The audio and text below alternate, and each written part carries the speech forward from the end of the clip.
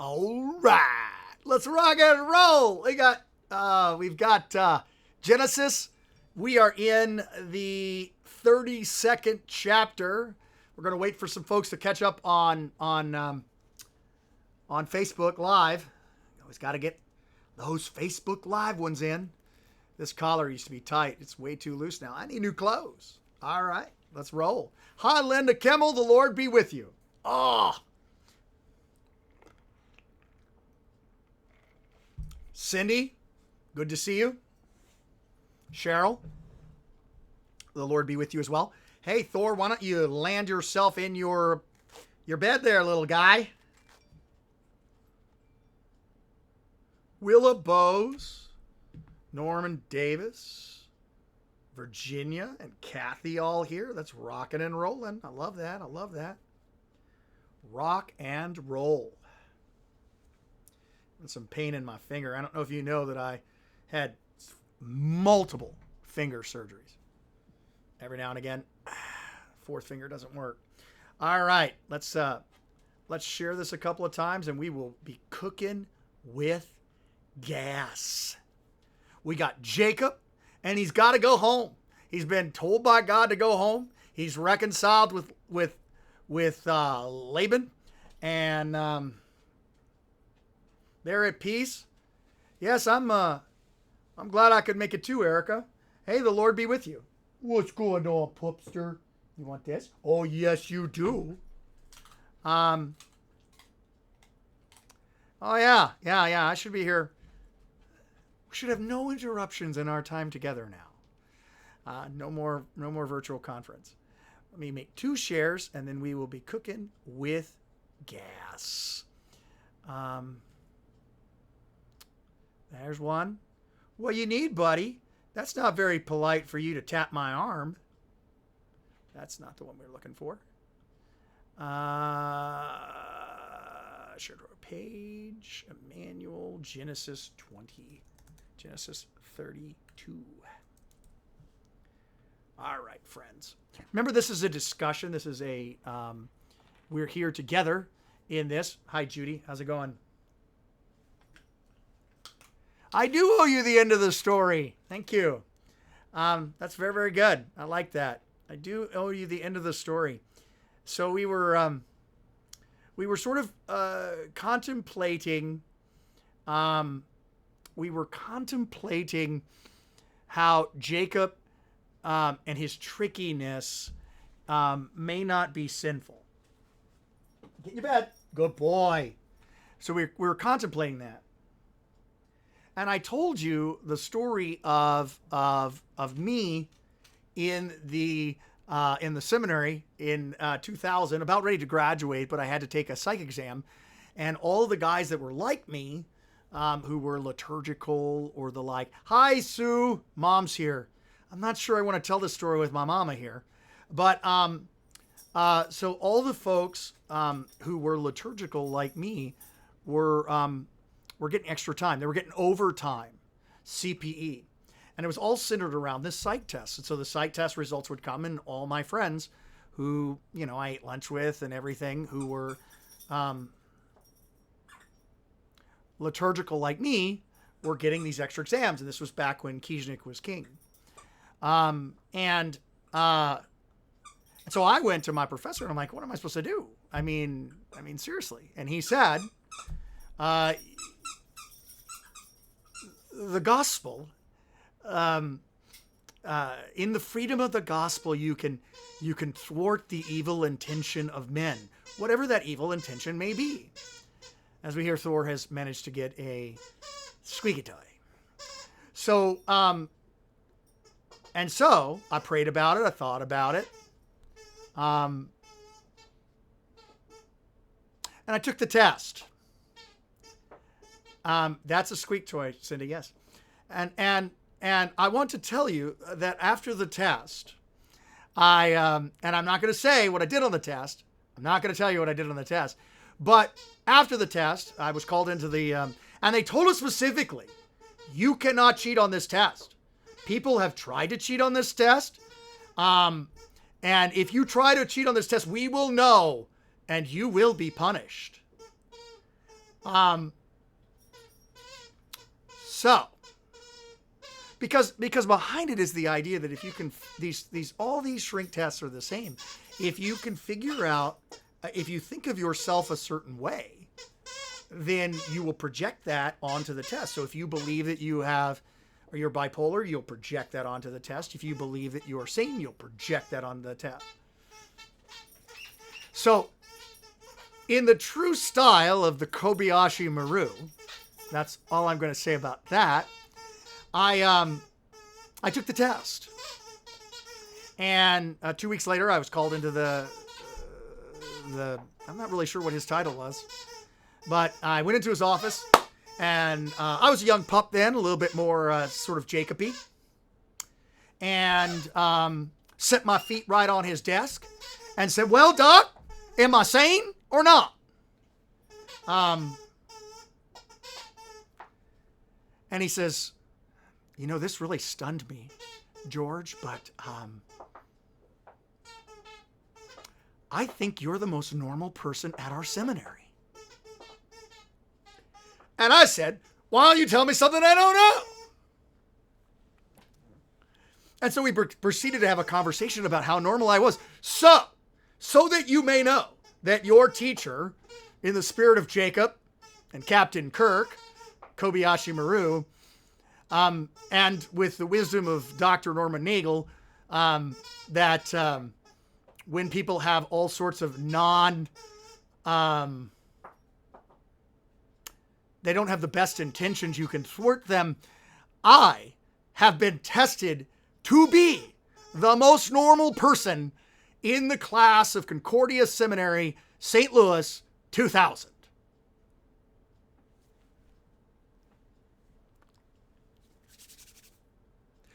In the spirit of Jacob. In the spirit of Captain Kirk, Kobayashi Maru. In Dr. Nagel telling us that we could... And the news of my normality was such a shock that my academic advisor called me in and said, and this was Dr. Feuerhahn. Dr. Feuerhahn called me in and he said, "Okay, I got to ask you. Because, how does this happen?" And I said to him, "Well, Dr. Feuerhahn, I'm the most normal person you know at the seminary." And he goes, "Oh, great quote, Maggie. The priest in Romeo and Juliet says a greater power than we can contradict has thwarted our intents." So he calls me in and he says, "I don't understand how this can be. Like, all of your friends and all of the students that love me have all gotten extra time. How on earth did you not get extra time?" Yes, it was a shock, Lisa Kimball. And I said to him, "Well, Professor, if I were to tell you, then you would have to keep it under the seal." And he agreed to keep it under the seal. And I told him how I took the test and how I was the most normal person on the planet. Let the reader understand Jacob, Captain Kirk, and the Kobayashi Maru, and Dr. Nagel's suggestion. And I think I love Jacob because my professor looked at me and said, "There's a certain bit of guile about you, a certain Jacob quality." And I sat up in my chair. I was like, "Thank you, Dr. Feuerhahn." And he said, "That wasn't meant to be a compliment." But I took it as a compliment, and so that's the story. So why do I love Jacob? Because I can identify with Jacob. There's a certain rascally, wily, coyote side of Jacob that I just love. And you should love it too, because that's the way he really is. And like a family member that's sort of a trickster. Laura, was I eating an apple at the time? Did I take a test with an apple? Ha ha ha!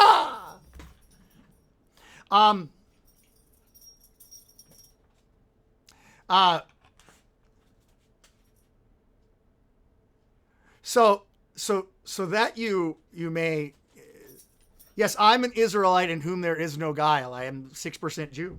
Hey, buddy. There you go. So, to this text. Now, I was a wascally wabbit that day. But someday, I might tell you what I did on that test. But it's for you to know that I have been tested to be the most normal graduate of the seminary in the year of our Lord 2000. This guy. You are too cute. Kristen Sanchez, the Lord be with you. Let's get to the text, shall we? Here we are in 32. There's a word already highlighted. That's from a little bit of research. All right. Jacob went on his way from Laban. Remember, Laban kissed his kids. Early in the morning, Laban arose and kissed his grandchildren and his daughters and blessed them. And Laban returned home without his little mini action figures and small gods.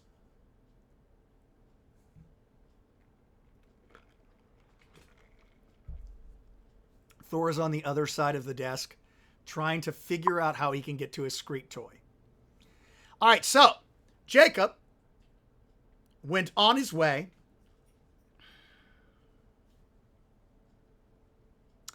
Oh. Ooh. Jacob went on his way. And the Milach Elohim met him. The angels of God. We do not take for growling, my friend. No. No growling. Get in your bed. In your bed. In your bed. In your bed. Hop in your bed. There's a hopping boy. Good boy. Good boy. I think these are actual angels of God. So Jacob went on his way from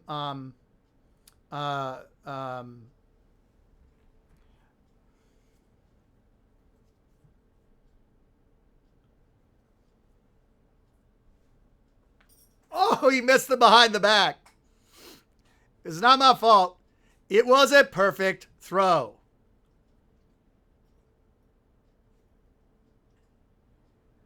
I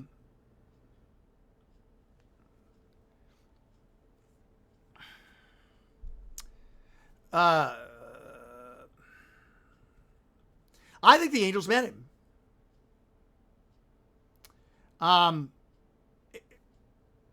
The angels met him because what happens next is verse 2. And when Jacob saw them,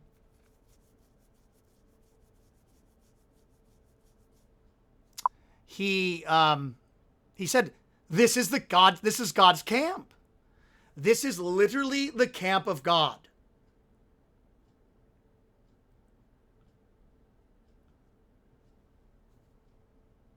Oh, jeez.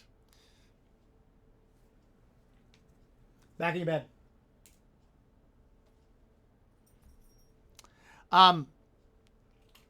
So God meets him. And you have to know that this is for comfort. Because angels descending and descending on a ladder was meant for comfort. And this is meant for comfort because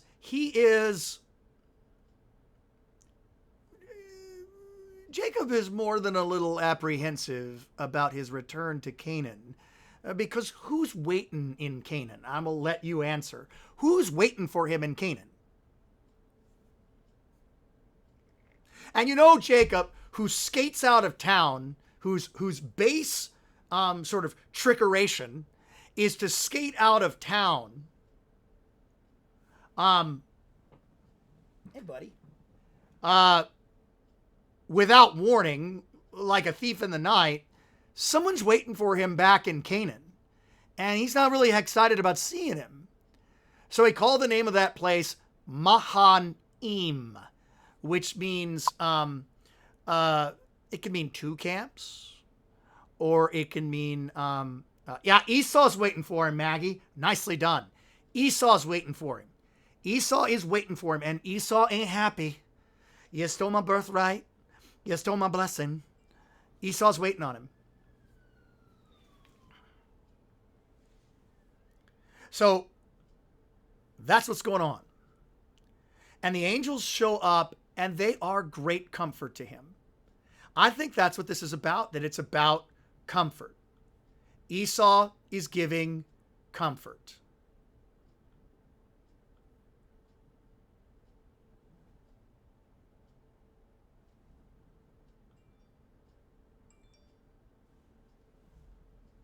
I'm getting a bunch of alerts. Oh, yeah, it's the Mets. All right, so he called the place Mahanim, which means two camps, which is a foreshadowing of what's going to happen in just a hop, skip, and a jump. Okay? All right. Now, Jacob sends messengers, and it's the same word, and I had to well, he's about to announce his presence to him, Maggie. Good question. Jacob sends messengers. Now, the Hebrew word for messenger, malach, is translated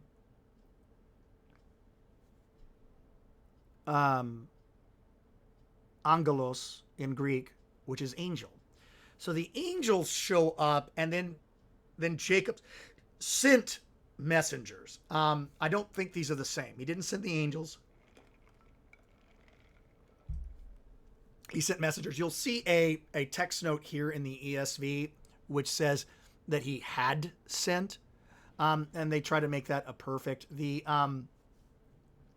Septuagint doesn't capture that. They simply say Jacob apostled messengers before him to Esau his brother in the land of Seir, the country of Edom.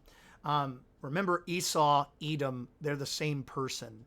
The land of Edom is Esau's land.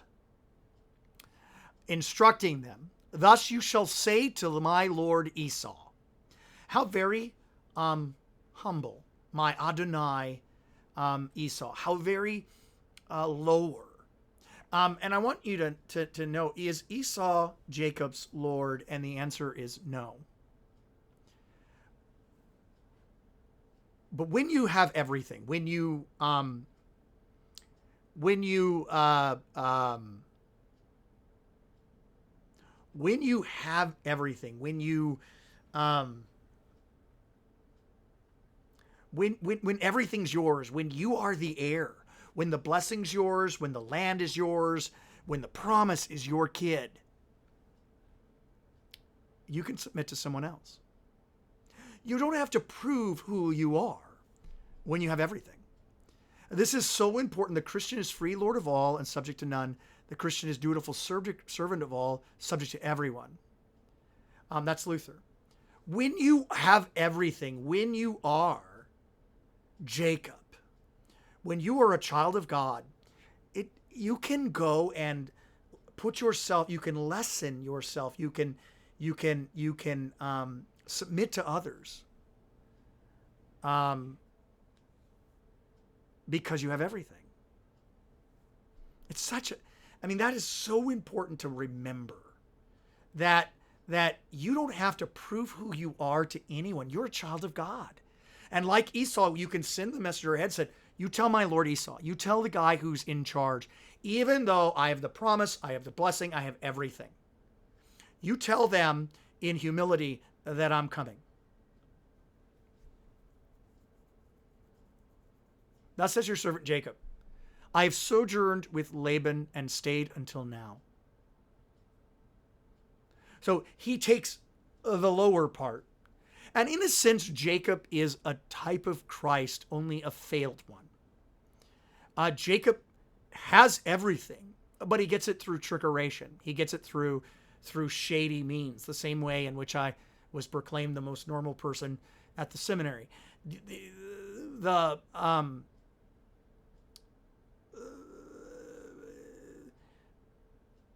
God blesses him despite him, and so our eyes fixed to God and not to, hi, Kathy, the Lord be with you. God, our eyes fixed to God and not Jacob. But Jacob is so certain of his Lord. Jacob is so sure of who he is and what he is that he can take the form of a servant. He can be the lesser. So very important. So very important. All right. I think that word I made up, trickeration. I once heard President Bush, the younger, say trickeration. I'm assuming that because he never made up words, that it was a real word, Erica. But I have oxen, I have donkeys, I have flocks, I have male servants, female servants. I've sent to tell my Lord in order that I might find favor in your sight. And so the goal here is reconciliation. In order that I might find favor in your sight. I absolutely love this, and you should absolutely love this too. So, although God has sent Jacob to hi, bud.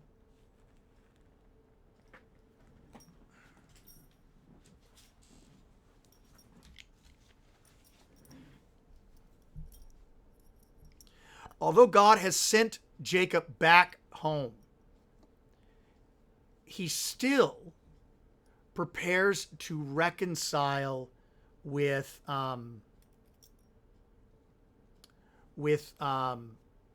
his brother. He wants to find favor in his sight.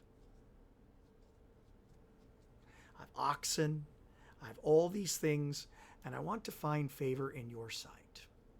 Favor before your eyes. Grace, ain. He wants to find grace before his eyes. Hin. He wants to find hin before his eyes. Hi, Brenda.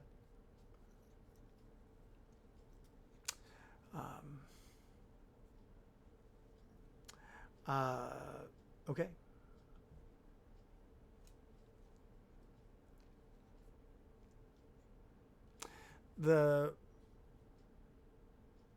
And if it seems like I'm on a different verse, it's because the verse numbers are different in the Hebrew than they are in the English right now.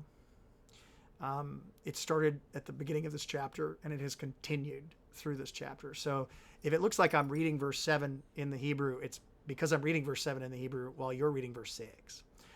The messengers, the angelos, the messengers returned to Jacob, saying, we came to your brother, and he is coming to meet you. And there are with him 400 men. Okay, so if this were a movie, this would be a point in which there would be a dramatic look on Jacob's face and dramatic music. Dun, dun, dun! And Jacob's like this. Like this. 400 men. That's not a welcoming parade. That's trouble. Dun, dun, dun! See it? Right there? Trouble. You know, if Jacob wasn't upset about this, Luther says that Jacob was full of faith, because he was following the Lord's words, and he was just being kind. Get down. He was just being kind to Esau with all the gifts.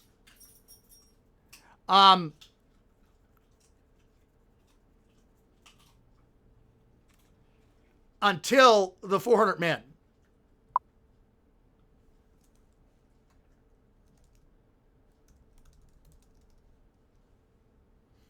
Until the 400 men.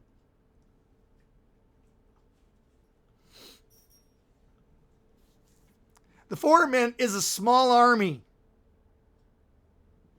And they're coming to meet Jacob. Yeah. Jacob was afraid.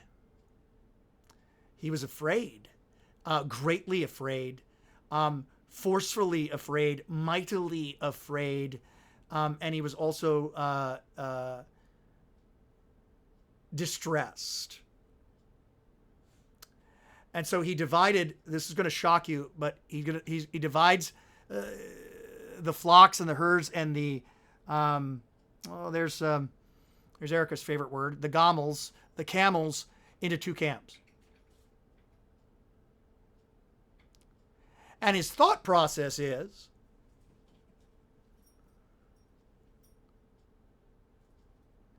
if Esau comes to one of the camps and does what 400 men do, which is attack it, strike it, smite it. It's the Hebrew word for smite. Then the other camp that is left will escape. So if this is what it appears to be,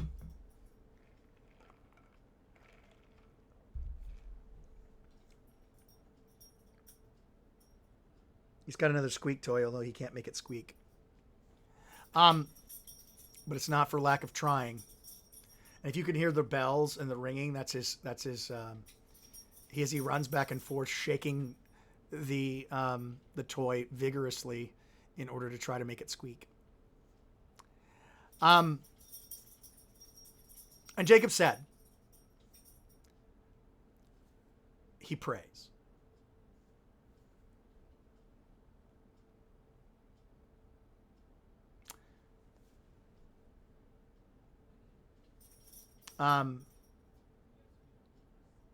O God of my father Abraham, and God of my father Isaac, Yahweh, who said to me, Shuv, return to your country and to your kindred, that I may do tov to you, that I may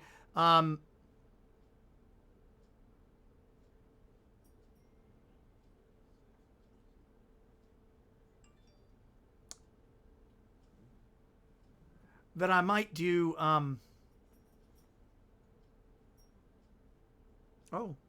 Yatov, that I might do good to you. What a great prayer. What a great prayer. What an amazing prayer. 'Cause who's to blame for this? This is how you pray, by the way. It's better than the prayer of Jabez. It's better than all the little books. This is how you pray. You pray like the Canaanite dog woman.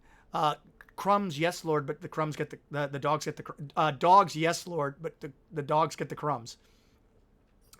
Jacob's prayer. So God, father of Abraham, God of my father Isaac,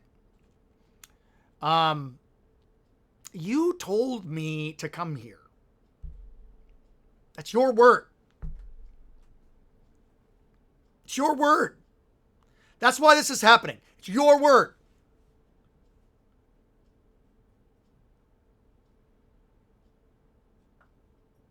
Verse 11, which is really verse 10 in English.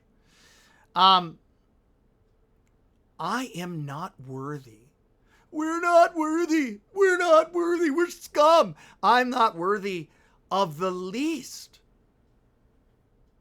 of all the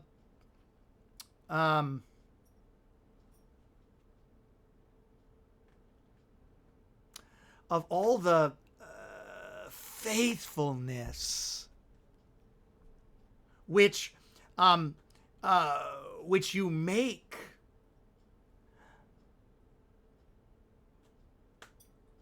for your servants. I'm not worthy of all the chesed, the steadfast love, or all the faithfulness which you have shown to your servant. And Lestico's right.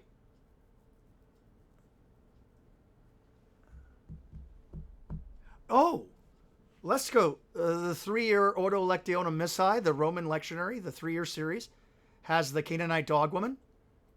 That's interesting.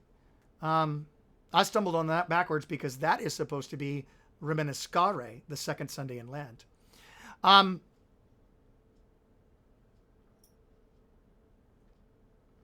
I was just mocking Pastor Lestico. I don't really have a lectionary preference. 1 year. I think you're free in the gospel to use either. So if Lestico wants to use the Roman Catholic 3-year series, he's free in Christ to do that, while we use the historic 1-year series. And it seems like I'm joking. I really, really am. I don't know. I feel a little bit squirrely today. I don't know what my problem is. Here come the 4-page single-space letters. Or websites. Or Twitter. I'm not worthy of any of the things, your chesed, your steadfast covenant faithfulness. Or the faithfulness. Well, Maggie, the 3-year series. So Maggie, the church was great with a 1-year series until the 1960s, when the Roman Church released the 3-year series, and the Lutherans, got on board, because all good things come from the 1960s. Anyway, so you're really free in Christ to use either lectionary. Whatever you do on Sunday morning for readings is a matter of freedom. I'm having a blast here with you guys. But right. So I'm not worthy of the least of the things that you've done for me. Your faithfulness to your promises, or your faithfulness that you've shown your servants. For with only a staff I crossed the Jordan, and now I've come with 2 camps. Please deliver me. Verse 12 or 11. Please rescue me from the hand of my brother, from the hand of Esau, for I'm scared of him. With good reason, by the way, because remember, Jacob is a guy who's he's a lover, not a fighter. God blesses him, and he's the guy that stays in the tent. He's the computer programmer, not the worker. You are tearing that thing up. So he's got a mouse, and he's trying to take the mouse's nose off. He is going to town on it, and that is going to be off by the end of this study. All right, so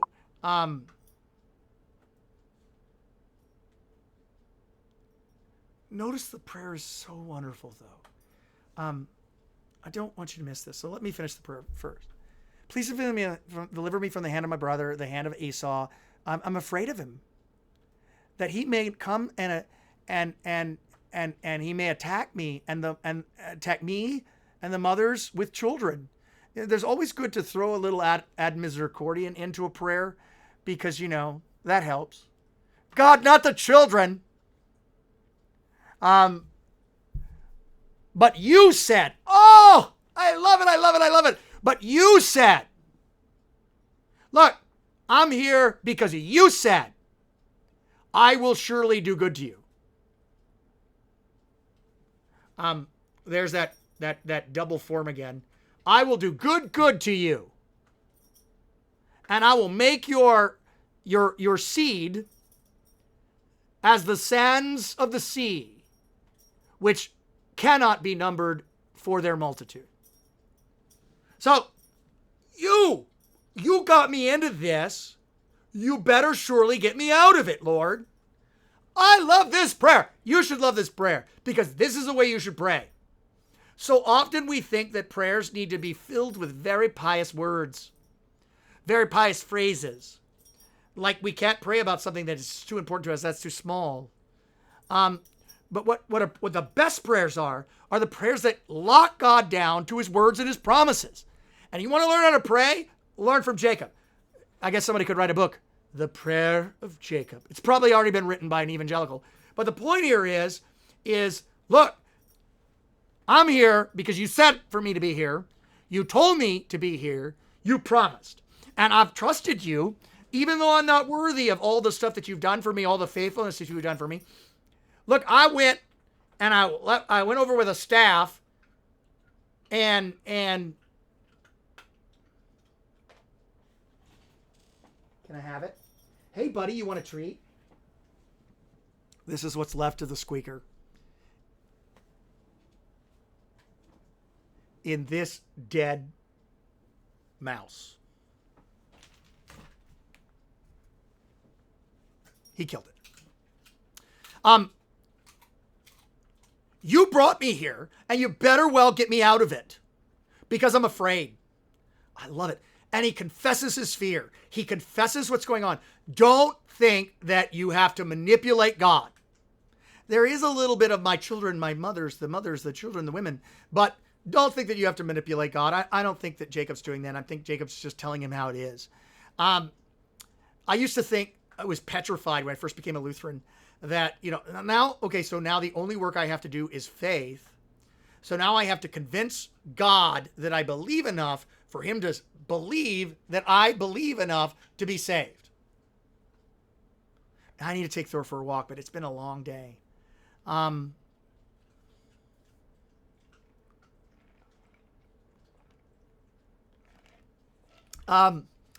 Let's go. When I was at seminary, we had to read The Purpose-Driven Life. Being as normal as I am, it's been proven by means of testing. I did everything my professor told me. And I read that book from cover to cover.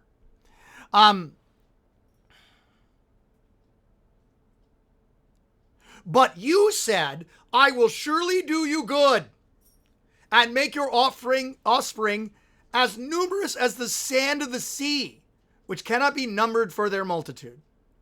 So you got us into this.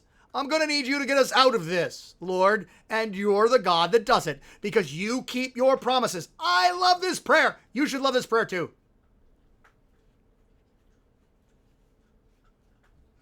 I'm going to order some smaller collars. Hey, buddy, can you bring that here? Can you bring that here for me? Bring it here, bud. Bring it here. He's still eating a piece of plastic. Hey, can you get in your bed? Be a good boy and get in your bed. Be a good boy and get in your bed.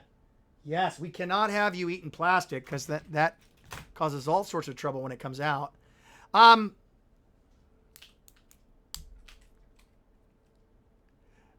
So he stayed the night there. And from what he had with him, he took a present for his brother Esau. 200 female goats, 20 male goats, 200 ewes. I love the word ewe. It's so punnable on Good Shepherd Sunday. And 20 rams, 30 milking camels. I'm sorry, I do not know that camels were milkable. And their calves, 40 cows and 10 bulls, 20 female donkeys. You got to say donkey like Shrek. 20 female donkey and 10 male donkey.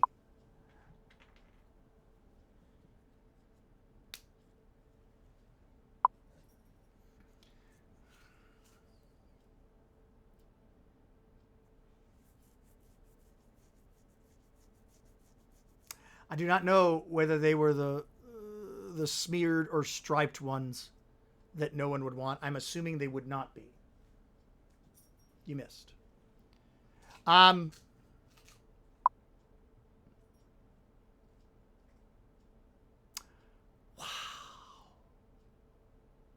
Kristen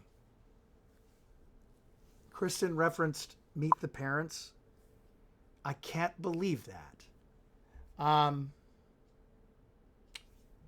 Oh yeah, Greg, you can milk anything with, yeah. Welcome back, Kristen. These he handed over to his servants.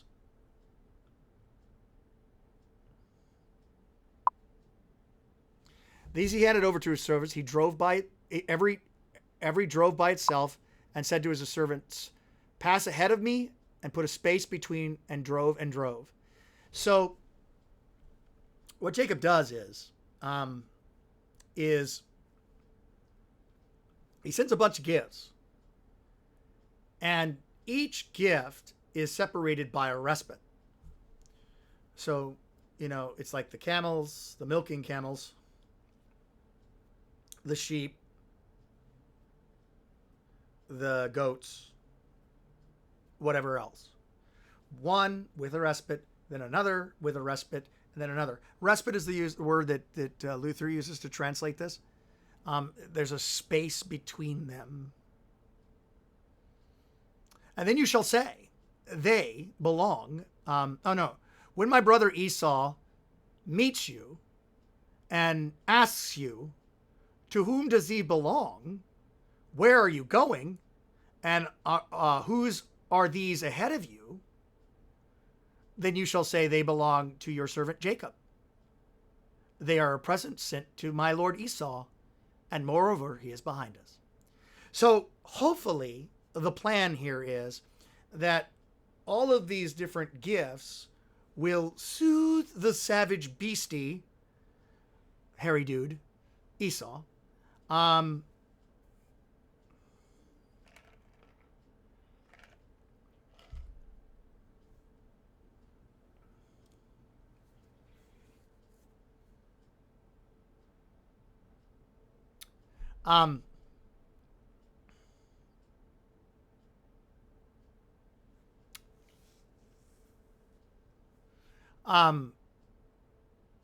So the plan here is to soften Esau up.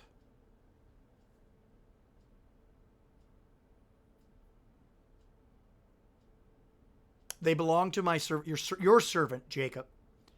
They are presents sent by my Lord, and moreover he's behind us. He likewise instructed the second and the third and all who followed the droves. So after every respite this is a gift from Jacob to you, my Lord Esau. This is a gift from Jacob to you, my Lord Esau. This is a gift from Jacob to you. And every one of those different lines would say afterwards, Jacob's coming. Jacob's coming.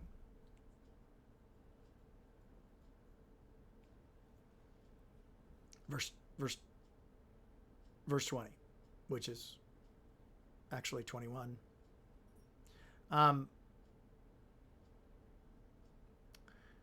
For he sort of reasoned inside himself that he might appease him. And the NIV, the ESV note is exactly right, that he might appease his face. All right, so he might change his countenance. So what Jacob's after, and Jacob is shrewd, is that the gifts that go ahead of him would appease the face of, would cover, literally, to make amends with the face. Appease is, I don't like appease. I like make amends. I like the Hebrew word make amends. It's a hiffle. They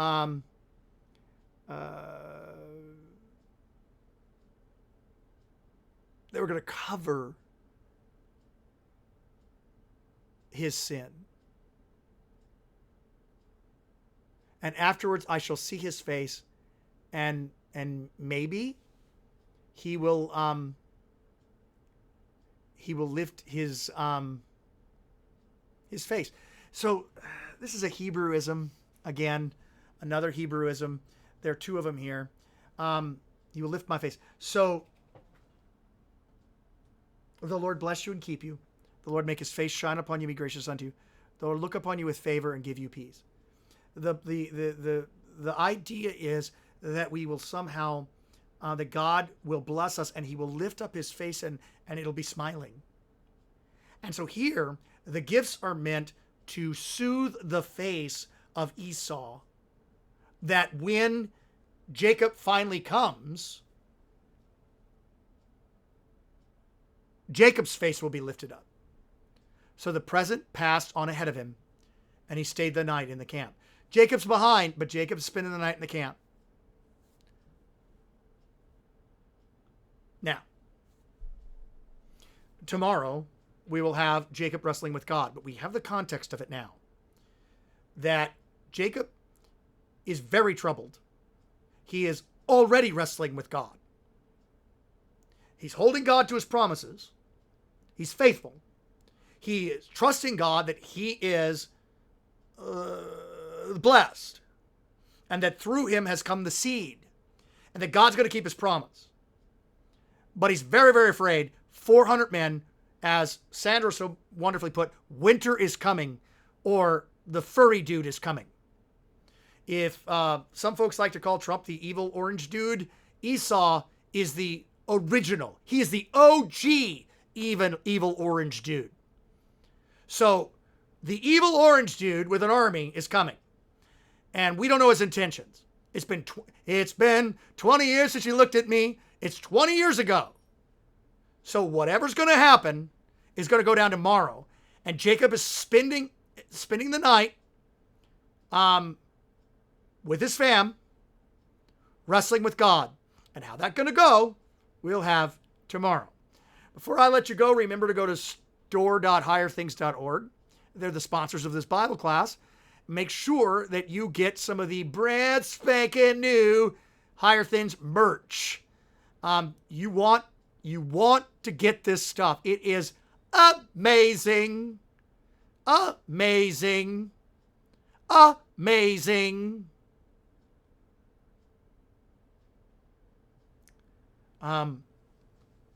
Ruddy, Pastor Lesko, is a description of Esau, and red is also a description of Esau. So you guys have a blessed night. Do check out the store.higherthings.org. Make sure you get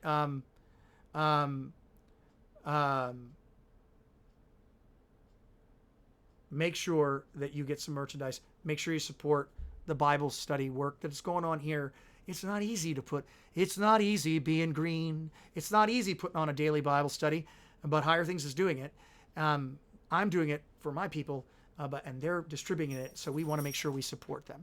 Have a blessed day. I will see you when we wrestle with God tomorrow. It is Jacob versus God, one-on-one with El Shaddai tomorrow. Have a blessed day.